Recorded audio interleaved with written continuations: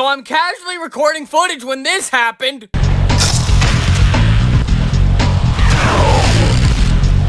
What even is that?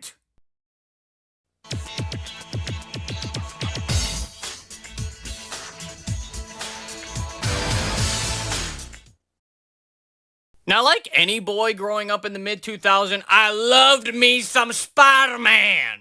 I loved the Tobey Maguire movies. I loved watching the animated series Unlimited and Amazing Friends on Jetix. No, not that Amazing Friends. Get that one off my screen. There you go. I even remember watching the symbiote episodes of Season 1 of Spectacular Spider-Man on the complete Season 1 DVD and only watching those episodes. I legit never watched anything from Disc 1 or anything from the show other than those episodes until admittedly later on in life. And even now, I'm still a sucker for the old webhead. Movies, most of the shows, and video games, and reading a lot of the classic comics. Not you! Now, unfortunately, I did not have the pleasure of growing up playing a lot of the games. I never owned the movie adaptation games, Web of Shadows, Friend or Foe, etc., which sucks because I always asked for Friend or Foe. I did own the GBA port of Spider-Man 3, and while as a kid I loved it, that is hardly the ideal Spider-Man experience. So we turned to the PC, and on PC I had one particular Spider-Man game that I was absolutely obsessed with. Spider-Man 3 Photo Hunt!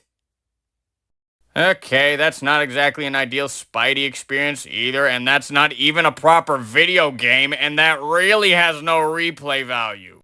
So what game am I talking about? Neversoft Spider-Man. Oh yeah, this game is an absolute masterpiece. I loved this game as a kid. I loved watching walkthroughs on YouTube after I lost my ability to play it. And now that I've actually recently regained my ability to play it, I still love playing it. And I've decided instead of a Let's Play, which may come later, I don't know, it's me. But anyway, I'm gonna actually do an in-depth review of this childhood classic.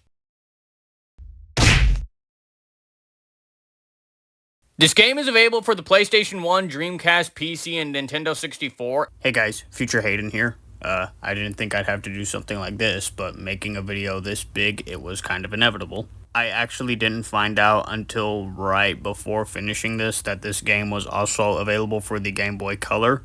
So, whoops. I've honestly not heard of this until literally just, like, at the time of recording this, like a few minutes ago. So I don't know how differently this plays to the other versions, but this does exist. Don't hang me for not mentioning it.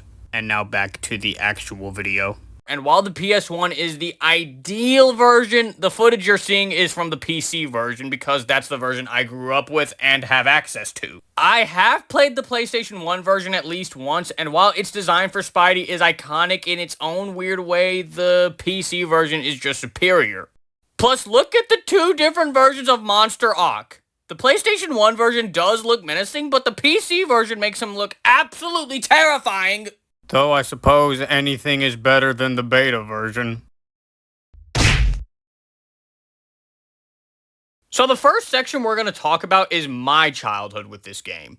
I played this a lot on my dad's very old computer that we now no longer have. But I didn't realize until way later on in life that this version we had was... Yeah. And a big result of that is a lot of the music, dialogue, and all of the cutscenes were missing. So this is how my experience playing the game would typically look.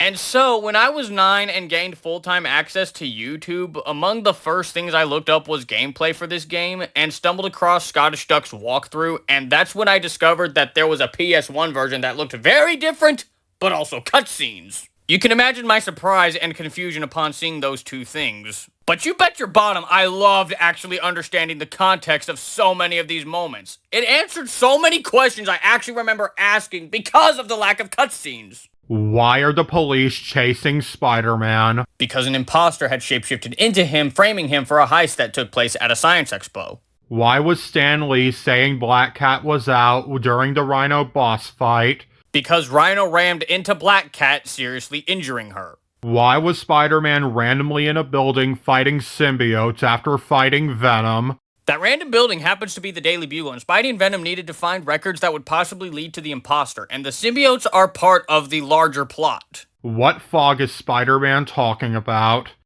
In the very first cutscene, Doc Ock and Carnage unleashed a fog into the city that also conveniently covers up the lack of render distance. Why was Black Cat never seen again after Spider-Man got into the bank just to randomly pop up in Doc Ock's lair? Well, after the previously mentioned injury from Rhino, Doc Ock had his henchmen dress up as paramedics and loaded her into an ambulance, but drugged her and took her to the lair. Why are Daredevil, Human Torch, Punisher, Captain America, Peter Parker, Eddie Brock, Otto Octavius, and Submariner in the character viewer but not in the actual game? They are in the game, as cutscene-only NPCs, though Peter at least has the benefit of appearing via costume. And Human Torch is... Sorry we can't help you, Spidey, but we're taking care of Mole Man. If you do need help, meet me at the usual spot later. And Submariner... Why is the game randomly jumping from place to place? There's an entire story! Now, if you're watching this, chances are you know the story for this game, but let's pretend you don't because I already wrote down the story. Also, the cutscene footage is not mine because the cutscenes for my copy aren't bad, but they're not exactly the best looking either. So Peter Parker's attending a science expo where the now reformed Dr. Otto Octavius is presenting a device of some kind. Thank you. Yeah, nice words, Octavius. If these executives knew you the way I do, I wonder if they'd be so quick to applaud. But then all of a sudden, Spider-Man! Last time I checked, I was Spider-Man. I think that line is what every person who hates Miles Morales quotes to themselves when they remember he exists. So Eddie Brock is there, and after literally bumping into Peter Parker, Spider-Man breaks Eddie's camera. What the hell? And after sulking, the Venom symbiote comes in, and Venom is officially part of the game. Again, innocence falls prey to the evil of Spider-Man. Then two mysterious villains unleash a fog into the city.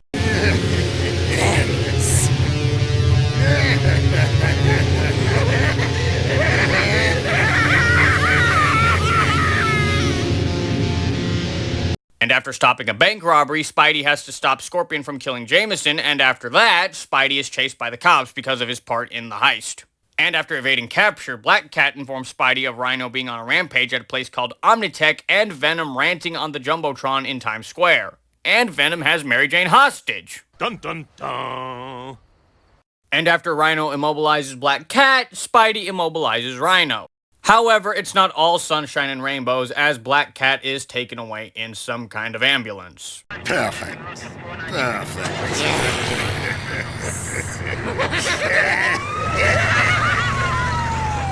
So after talking with Human Torch, Spider-Man chases Venom, and after being called a spider-wuss, the two fight, and then after a long chase in the sewers, we fight Venom again and rescue Mary Jane.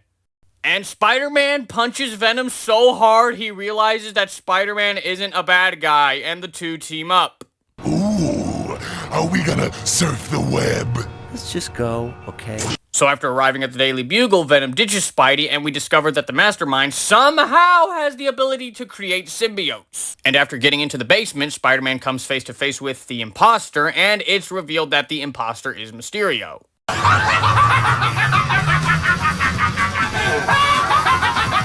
No, little spider, you will die!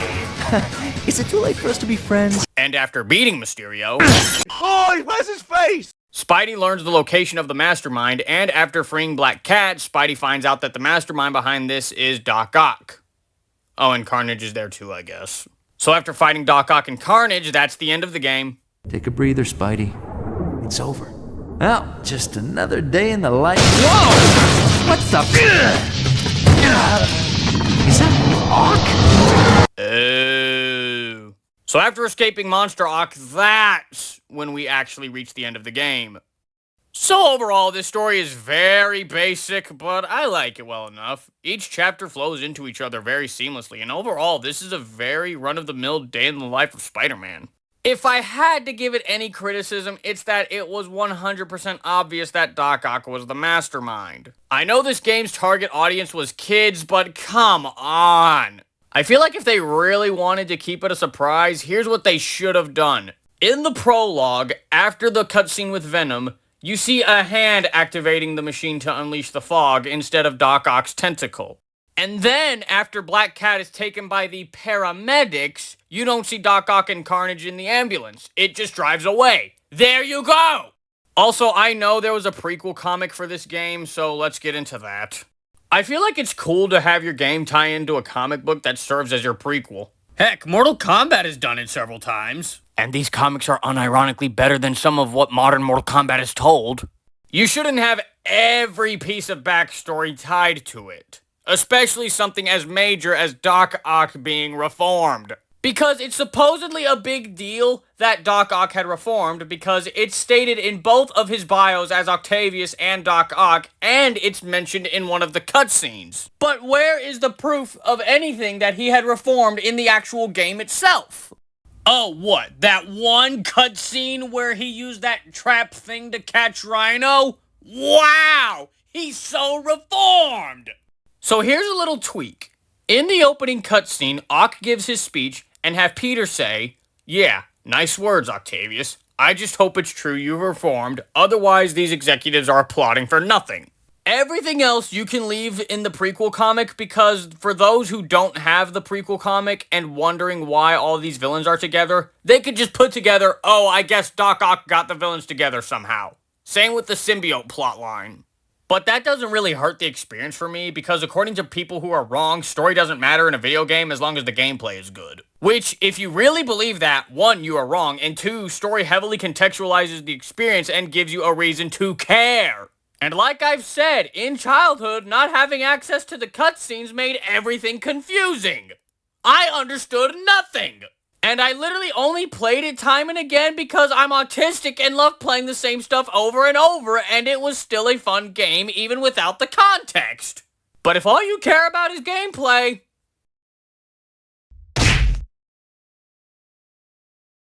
This game has 4 difficulties. Easy, normal, hard, and...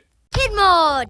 I've of course beaten the game on easy a lot as a kid, and I've actually accomplished beating it on normal several times, and I decided to be brave and try hard mode, and all I have to say is screw Mysterio and Carnage on hard mode! As for... Kid mode. I actually played that for the memes, and I actually discovered that quite a bit of the tasks are either simplified or left out entirely, and in-game cinematics cannot be skipped. You can skip cutscenes just fine, but the in-game cinematics... For whatever reason, you can't, which is weird. And it also sucked because when I got to the Scorpion boss fight as a kid, I was plagued with a bug that would cause that in-game cinematic of Spidey breaking into the Bugle to just loop endlessly until you skipped it. And because on Kid mode. you couldn't skip it. It was just stuck. And that is why I never played Kid mode. as a kid. Thank God that ended up getting patched. You can jump, kick, do different web attacks, you can grab, and etc. The punching and kicking is fine, though between the two I punch more, though who doesn't punch more? Grabbing enemies is fun because you can absolutely pound on them, which comes in handy when fighting the symbiotes without the fire webbing, or you could kick a guy away, which is very funny if you want to send a guy over an edge. You can also throw stuff at enemies, but I don't ever do that except for literally right here. The various web attacks are very interesting. There's the regular trap webbing, which is very useful, until later in the game when it's not. The web fists, which are supposed to make your punches stronger, but I really only use those when fighting Doc Ock. The impact webs are supposed to be situational, but I'm not gonna lie, they are fun to spam. And they're the attack I find myself using the most, even if by accident. And it is fun to spam them against some of the bosses. The web dome really only serves as a momentary shield and wastes a lot of webs, so I don't use that one very often, if at all. And you can web yank in this, it's just not used in any legitimate capacity. No wonder Enter Electro had to properly implement it in several places. So overall, the combat is very well balanced for the most part, and once I converted the controls to a comfortable set, it was a breeze. Now, beyond those things, you can, of course, do what Spidey is known for, crawling and web swinging. Crawling is, well, crawling. Web swinging is fine for the most part until you realize Spidey only swings twice before just falling. And I don't know if this is just me, but there are times I have suffered from bad input lag on certain occasions. I'd literally be hitting the button and Spidey wouldn't swing. This, of course, made playing the underwater trench level very frustrating. Like, literally look at this. It looks like I'm jumping to my death. No, I was hitting the button and Spidey wouldn't web swing. There's also a targeting mode that the game wants you to use, but I don't use it at all. And the up and down controls are inverted for no reason! Then there's the Spidey armor, which basically serves as another layer of health, which I grab at every chance I get. Though I honestly think this should have just been another costume instead of a health upgrade. Overall, the basic gameplay is well done. It serves its purpose without overcomplicating anything, though, like I said, the occasional input lag can make certain sections very frustrating. Yes, I know about the comics you could pick up, but we'll go over that later. Now let's talk about each level, which yes, I'm gonna go over them individually. This is a very good starter level. It teaches you most of what you need to know, and I don't know about anybody else, but I love fighting all 5 henchmen that are in the level. This is a good beat-em-up level. I feel this is very useful to help you learn the mechanics of the combat if you skip killing the henchmen in the first level. Now, this is where the difficulty actually affects your experience, because on Kid mode and easy, the hostages can just leave. But on normal and hard, they can actually be killed. Which is the reason I never played on anything but easy as a kid. Which is honestly funny because now, playing it as an adult, it's really not that hard. I'm not gonna pretend it was anything but skill issue as a kid. Honestly, this is just the previous level, but with the threat of a bomb. Though I will say I love the detail of once you throw the bomb, it counts down faster. Which I didn't realize until editing this, that I didn't get footage of that, and honestly, I don't care enough to go get footage. I just find it funny that you have the time to kill every henchman that's in the level. And I will admit, as a kid, I'd always let Jameson die because I always loved hearing the dialogue exchange between him and Scorpion. Get away, Gargan! Your time is running out! Time's up. No, Gargan! No! But all in all, this is a perfectly serviceable level.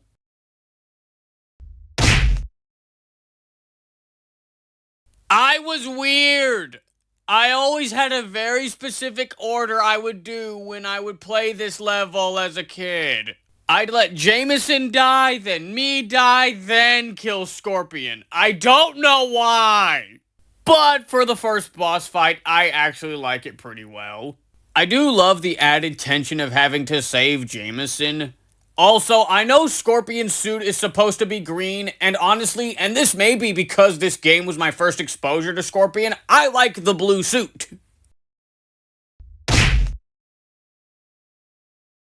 This and the next few levels genuinely blur for me. It's just Spider-Man running from a helicopter shooting at him. Also, why in this level do you get the policeman, but every level following this, it's the SWAT cops?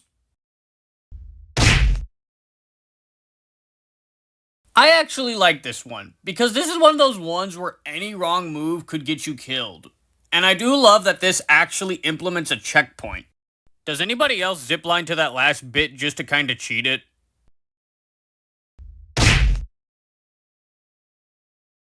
Not much to say, honestly. It's too samey to Police Chopper Chase. Though this one has a Green Goblin lair, so...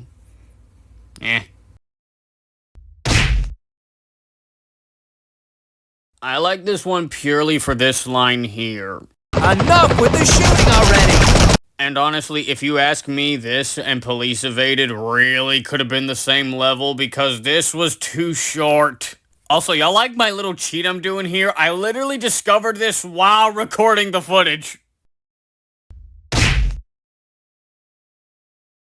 Yeah, about this point, I was actually getting sick of the chase, so thank God this is the last one.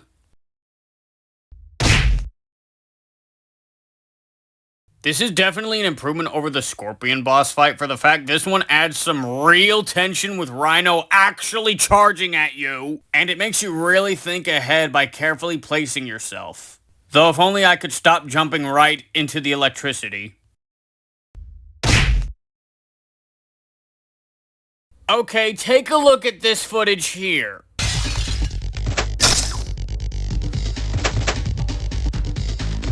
This is a bug I am currently plagued with, thus making this chase harder no matter the difficulty. But other than that, I actually do like this chase, and I'd be insane to not include this bit. Oh, toe, ow!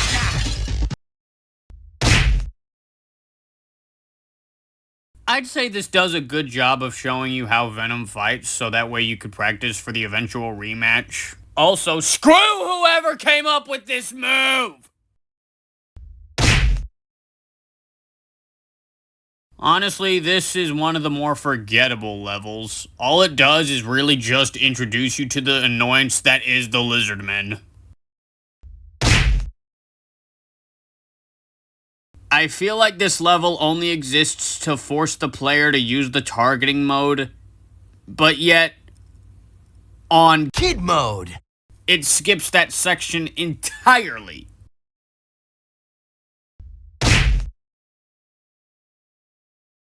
God, this level can get frustrating. Trying to fight the Lizardmen and not fall off the subway, and if you're like me and trying to pick up health and webs every time they come up, good luck! Honestly, the best way to play this level if you absolutely suck is play with Captain Universe or have the unlimited suit and the invisibility turned on. I like this one. It's a perfectly good puzzle level, which I guess serves as a good precursor to the coming puzzles. What even is the point of this? I mean, granted, at least on Kid mode. you don't even have to flip the switches to lower the water and open the gate, which makes this even more pointless. I used to hate this level as a kid purely because I was not patient when it came to the water rising, but now as an adult I like it well enough. This one may actually be the worst level in the game purely because literally nothing changes no matter the difficulty. Because no matter the difficulty, it literally shows you which buttons to push, thus making the inclusion of the other switches pointless. Lizard cameo! I bet if you're among the few that somehow missed that, you'd be so confused by the level name. I actually do love this one because not only do you get the Lizard cameo, you could actually genuinely get lost and be forced to backtrack. And if you actually come across Lizard, he'll actually give you the instructions, thus forcing you to use your memory if you don't know your way around already. Okay, as a kid, this used to be my favorite level because I always loved imagining myself as Spider-Man saving Mary Jane. But now as an adult, I hate it! Okay, I don't actually hate it. It is a good fight because like the Scorpion fight, you have the tension of having to save Mary Jane from drowning. But what I hate is there is zero way to tell where he's spawning unless you happen to be right there. And I do love how, depending on the lines spoken by Venom, it will determine if he's there to fight or to activate a switch to drown Mary Jane. And while unintentional, I do love the possibility that you could activate a switch yourself by pure accident. The switch, you idiot! Turn off the switch! Alright, fine then. Be that way. I'll let you drown. Okay, somehow, even with the level name, I actually never realized that this was supposed to be inside the Daily Bugle. I do know one of the things that was affected by Kid mode. is instead of 4 hostages, you only have to save the 2, and the 2 that were in the vents are replaced by health and Spidey armor. And I will say, this was a pretty good introduction to the symbiotes. This level can get quite frustrating, though I will say this was when I discovered grabbing the symbiotes and absolutely pounding on them was useful. Though beyond my admitted skill issue when it comes to actually fighting the symbiotes, this is a perfectly serviceable level. This level grants us the holy grail that is fire webbing. Other than that, this one's fine, I guess. I'll admit, as a kid, I would always play this level just to see Mysterio, the imposter, wearing all the different costumes. Then I'd be disappointed playing in the Spidey armor because that somehow didn't carry over. This one definitely made me mad playing on hard mode because, oh my god, those symbiotes would actually get on my nerves! But oh, just you wait. Whoever decided that on hard mode, that on the top tier of this arena, that no health would ever spawn, and on top of that, during the second round, Mysterio would have no clear pattern to follow in which he shot his lasers, and that on hard mode, they could kill you in 4 hits, and that on the second and third tiers where the health does spawn, there's random electricity that comes in and stuns you long enough to where, just when you recover, Mysterio can hit you. I hope you step on Lego bricks and sleep on a bed of cactus every night! Outside of what probably boils down to skill issue, this is a fun boss fight. And I do love the surprise of there even being a second round, but on any difficulty that isn't hard, this boss fight is way too easy. That's probably why they wanted to throw in the surprise of the second round. Honestly, if it was up to me, the second round instead should have been Mysterio shrinking down and shapeshifting into Spider-Man, and you have to fight him as Spidey, and he can use the same attacks that you have, so you're essentially just fighting yourself. Now that would have been awesome. But oh my god, I am never playing this fight on hard ever again. This legit took me 4 hours.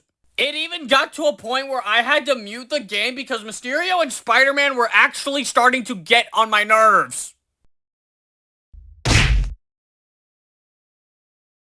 I like this one well enough. Spidey's commentary is honestly the best part in this one.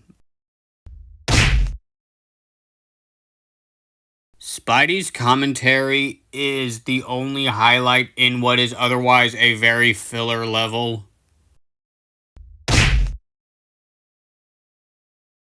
This was one of those levels that made the lack of cutscenes very confusing because I had no idea what Spidey was trying to stop Fog or why Black Cat was randomly there. But as the final regular level, this gets the job done. Also, I don't know about anybody else, but when playing this level and pulling the switches, I always go to Room C, Room B, and Room A in that order because the in-game cinematics make it look like that's how it's supposed to be done. I need to point out right now, this is not a bad boss fight, but it is my least favorite because of the boss fights, this is just the one I enjoy the least on any difficulty. This, as well as the Mysterio boss fight, are the reason that Captain Universe is the prize for beating this game on hard. Because, oh my god, this dude hits you 3 times and you're dead, and not only that, the Sonic Bubble does almost nothing in terms of damaging him, because it only works for like a few seconds at a time, and then there'd be times where he's walking out, it would activate just as he finishes walking out, and then it disappears, and God help you if you grab him and kick him and he doesn't go where you want him to. All of this is not helped by the fact a lot of the time I would try to grab him and accidentally do an impact web, and when he hits you up close, he almost never gives you time to recover. But all that aside, this is still a very fun boss fight.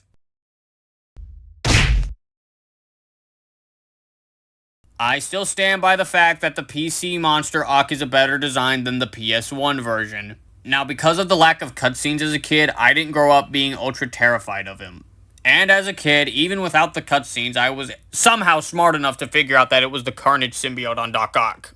Though, I never understood how it happened, because, like, for me, it was, you're in Doc Ock's area, then all of a sudden you're in Carnage's area, and then you're back in Doc Ock's area? I didn't get that as a kid. Also, I feel like this shouldn't be called Spidey vs. Monster Ock. Instead, I think it should have been called Escape Monster Ock. Beyond that little nitpick, I actually do love that you're running from him. Like, he's so dangerous, you can't even fight him. You have to run. And I love how his first words are literally just him yelling at you to die. And the fail cutscene is honestly hilarious because of the fact Spider-Man just falls over while Monster Ock punches the air. My personal headcanon as to why Monster Ock is even chasing you and wanting you to die as bad as he does is the fact that it's the combination of the Carnage symbiote already being crazy, but on top of Doc Ock being angry that he lost. And I would really love for Monster Ock to appear outside of this game and in a movie. The closest we got was the Ultimate Spider-Man cartoon. Yeah, you could kind of tell this game is very linear. This isn't like something like Battle for Bikini Bottom where you can go off and really do whatever to beat the game. You just have to get to the end of each level. Which in itself is not bad. Even very linear games can be good when they're fun, and this game, even with the frustrations that come from certain sections on harder difficulties, is very fun. But you want to make this game really fun.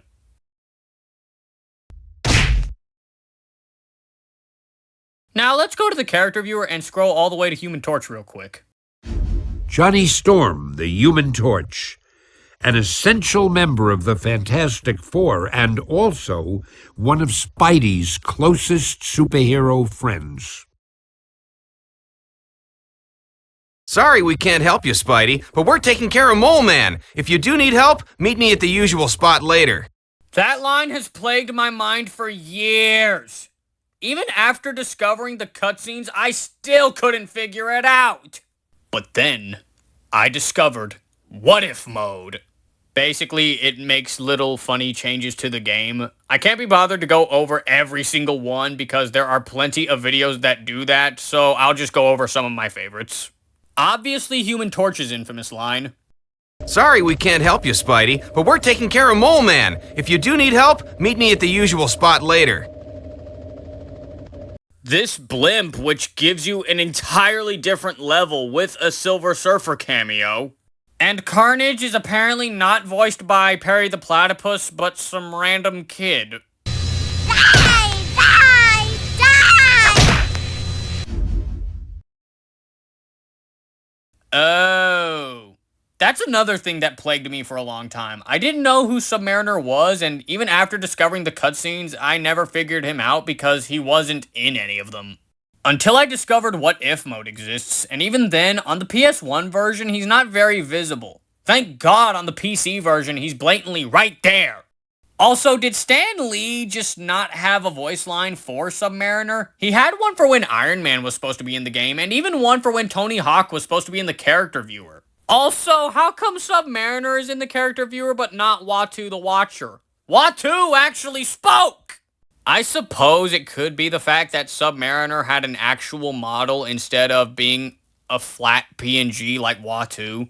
Also, since Uatu is a flat PNG, how come there are two different versions of him for the PC and PS1 versions? So, very rarely will I ever bring up a game's soundtrack when in conversation because I very rarely pay attention to soundtracks in games. However, I bring this soundtrack up because it's an amazing soundtrack. One thing to bring up that I love is how the music amplifies when fighting enemies, and then there's this awesome guitar riff in Hostage Situation. And my favorite level tracks in particular are Sewage Plant, Spidey vs. Mysterio, and the Waterfront Warehouse.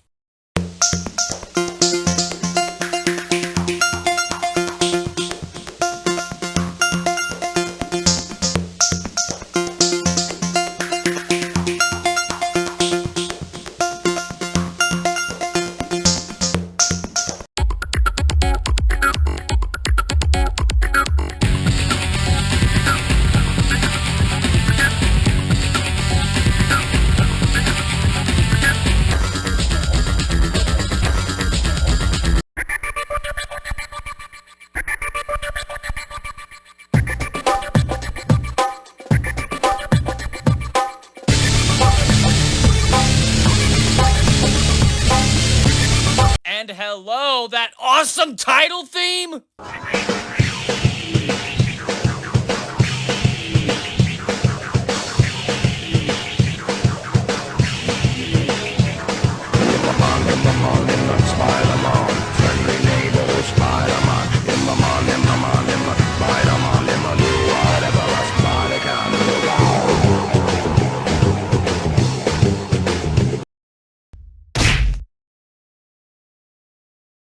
Yeah, this is a thing. Don't see many people talking about it, but there is a training mode with different areas of training you can do. Don't worry, there is a Kid mode. but that's only because on Kid mode. the web swing is the same button as the jump button. Anyway, you have time attack, survival mode, speed training, target practice, and then the item collection. For time attack, after you select your enemy type, you have 1 or 2 minutes to kill as many as you can, which is perfectly serviceable, I suppose. Survival mode is very similar to time attack, but, well, survival based, which I kinda prefer. Speed training has 3 courses that you can do, each looking like different levels from the actual game, ranging from the first level to when you had to go to the bugle to when you had to run from the helicopter, including stuff exploding! Probably my least favorite training. Target practice is cool because of the amount of characters they implemented into it.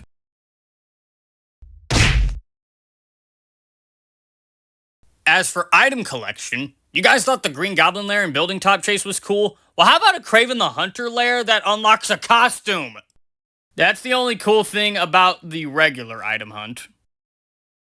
Zipline training, I know you get the quick change suit if you get 10,000 points on it, and I kind of prefer the zipline training because I kind of like the adrenaline of dropping down and then zipping right back up. Overall, training mode is kind of eh. I honestly don't know why they included it. It's kind of very pointless.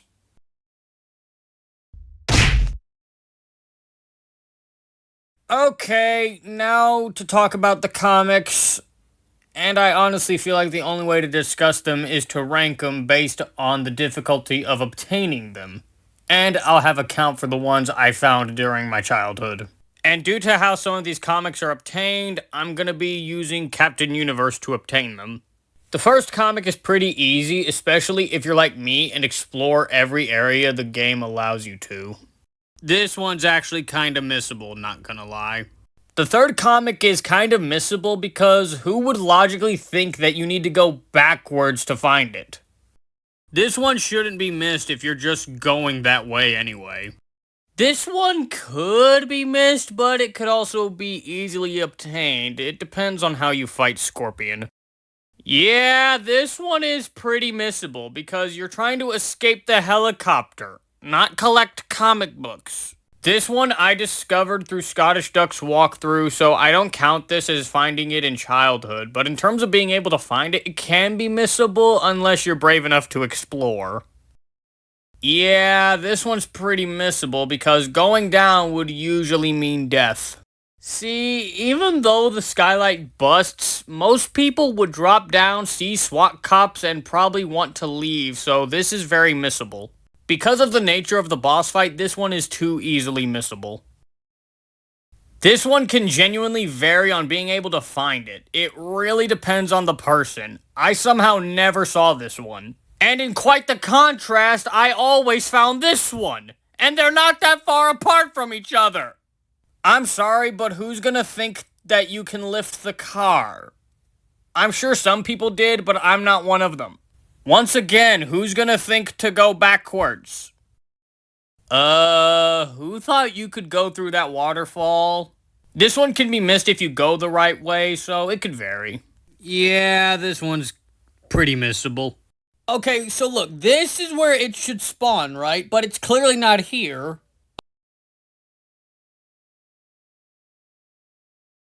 So then you flip the switch, and then it's there.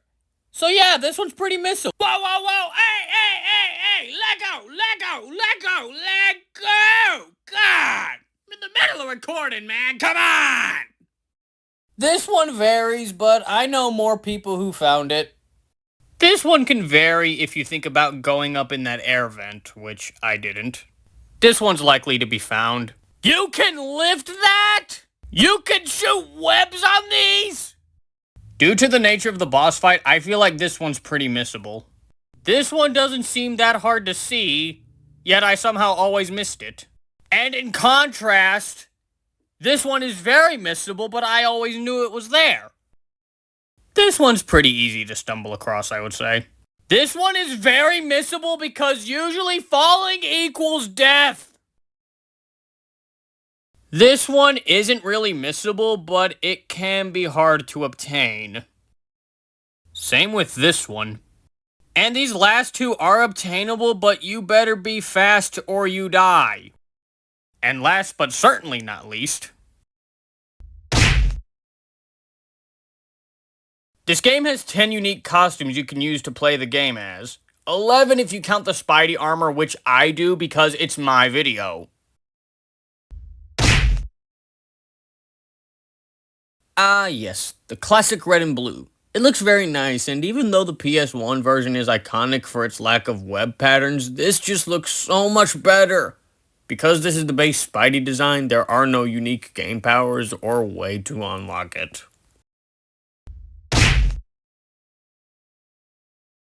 The 2099 suit is very cool, and wow, it's weird seeing this and remembering how I didn't read anything about Miguel O'Hara until my teens, and now knowing he's kind of the antagonist of the new Spider-Verse movie makes this even more funny. The in-game power is enhanced strength, which it took me a while to notice the difference, but boy, now that I've actually seen the difference, it comes in handy. You can unlock this one from collecting all the comics.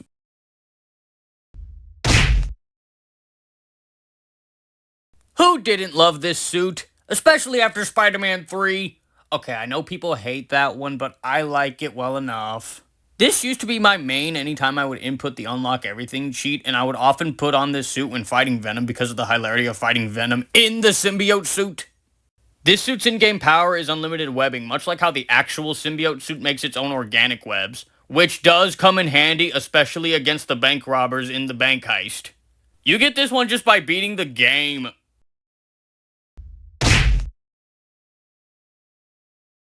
There's a reason this is what you get for beating the game on hard. This suit is essentially the god of this game. Impervious to damage, unlimited web, and enhanced strength.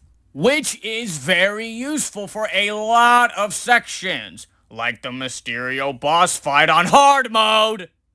You get this for beating the game, well, on hard mode.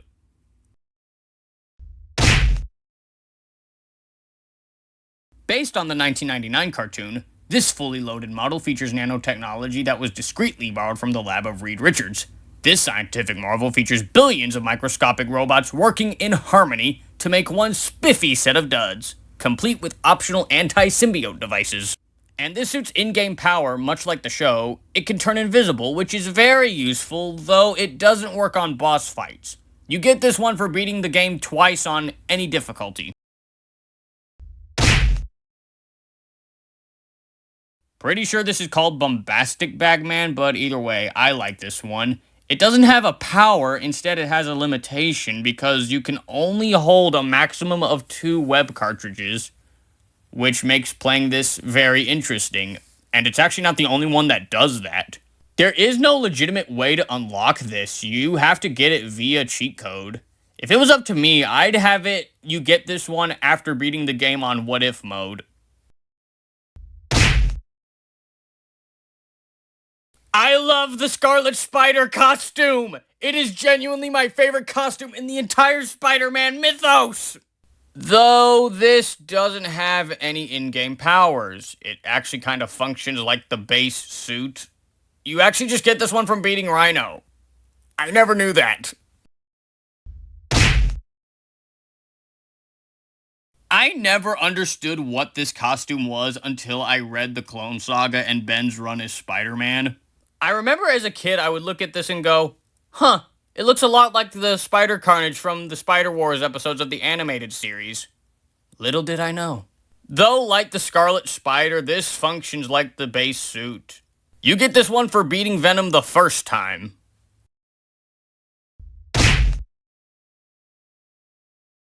I know this costume is based off something the comics did once, but I remember being so confused as to why it was the black suit and not the original. This is one I don't find myself playing with often. It's mainly because I just don't like how it looks. Like, I get the thing behind it, but I don't know. I just don't like it. Though, like Amazing Bagman, you're only limited to 2 web cartridges. You get this one for scoring 10,000 on the zipline training. Why is he barefoot? And look at him in the character viewer. He has shoes! Yes, as a kid, I would have the Peter costume selected just to see the 2 Peters in the character viewer. In terms of playing the costume, it's pretty fun. Like the Quick Change Spidey and Bagman, you can only hold a max of 2 web cartridges, and you get this one for finding the Kraven the Hunter room in the item collecting training.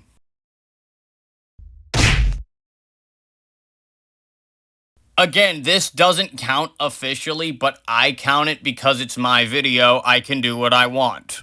But in terms of the actual game, it's really just another layer of health. And if it was up to me, this would be a costume, and the in-game power would be it takes more damage to kill. Not necessarily invulnerable, but harder for the enemies to kill, if that makes sense.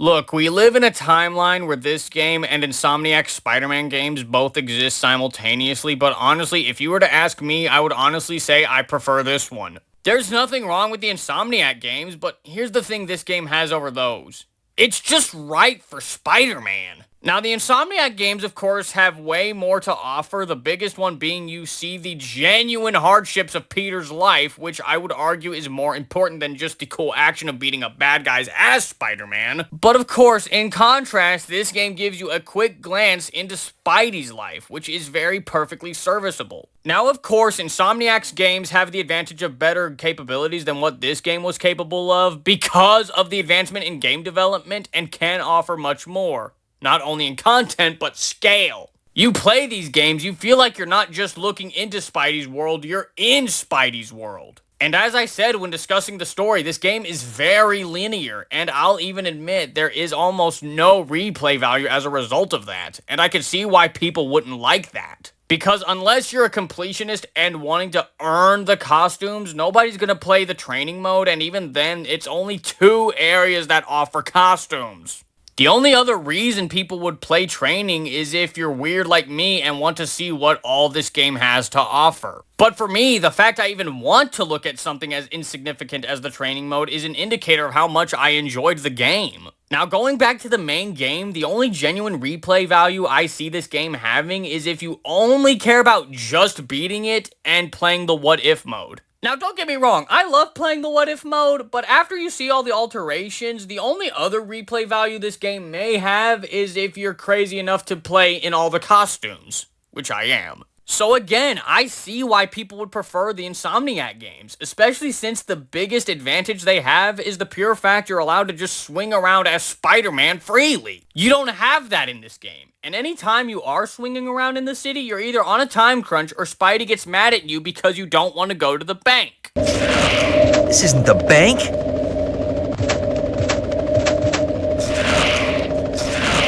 I can't waste any more time. I gotta get inside that bank. But yet, despite all of what I said, I feel like that for me, there is replay value in any game I enjoy. And I enjoy this game a lot. It's fun, it's exciting, and it works. But the big reason I love this game as much as I do is because when I play this game, it makes me think back to a simpler time when I was 5 years old and life didn't suck. It was just me, mom, dad, my brother, my sister at home, and me playing this game, pretending I was my favorite superhero, beating up bad guys, saving people, and dying over and over! It brings me back to when my love for Spider-Man was more casual in nature. Now, obviously, the Insomniac games are good because they allow my love for the wall crawler to be more hardcore in nature now knowing the full mythology. But this brings me back to when all I knew was Spider-Man was bitten by a radioactive spider, I knew a small amount of his rogues gallery, and before I found out about one more day! So you could say it's nostalgia that's making me hold this game to such a high standard, and I won't lie, my nostalgia goggles are on.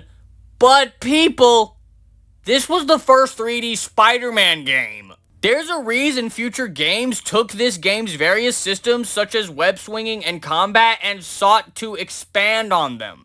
Case in point, the first Spider-Man movie game. And I know Activision published both titles, so I fully believe Activision told Treyarch what worked with this game. Heck, Treyarch may already know what worked with this game since they're the ones who handled the Dreamcast and PC ports. Now, from a non-nostalgic perspective, does this game hold up? I would say this is a great entry point for any new Spider-Man fan. This game crawled, pun intended, so Insomniac's games could fly. And I know I'm not the only person who holds this game to such a high degree. There are many fans online who love this game. One YouTuber being Anganoff, who even has a Discord server full of fans. In fact, his most recent video, as of the time of recording this, is showcasing a mod replacing a lot of the enemy NPCs with the symbiotes. My favorite video of his is this Among Us parody he had made where it uses actual models and voice lines from the actual game. And this bit of Venom getting hit in the face with the sink is hilarious! So if you love this game, go check this guy out. He's awesome. So with all of that being said, I'ma wrap it up here. What's that? A sequel? No, there's no sequel. Enter Electro? I've never heard of that.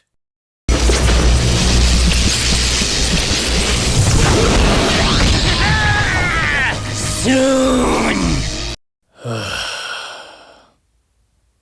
Another time. And until next time, Hayden is out. Peace!